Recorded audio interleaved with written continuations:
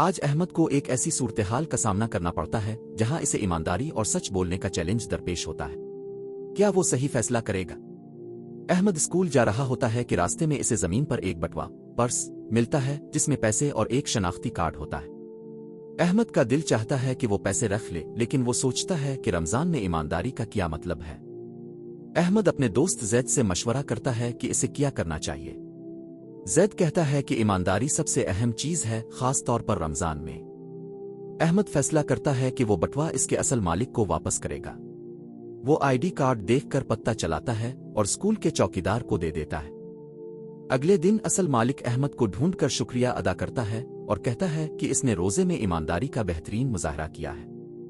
احمد گھر آ کر امی کو پوری کہانی سناتا ہے اور امی اسے فخر سے کہتی ہیں کہ سچائی ہمیشہ کامیابی دیتی ہے۔ رات کو سونے سے پہلے احمد دعا کرتا ہے کہ اللہ اسے ہمیشہ ایماندار بننے کی ہمت دے۔